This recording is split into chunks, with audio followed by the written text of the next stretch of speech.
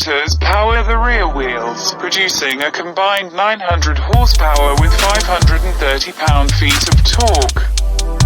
Carbon fiber construction helps hold vehicle weight to about 3,000 pounds, rather remarkable.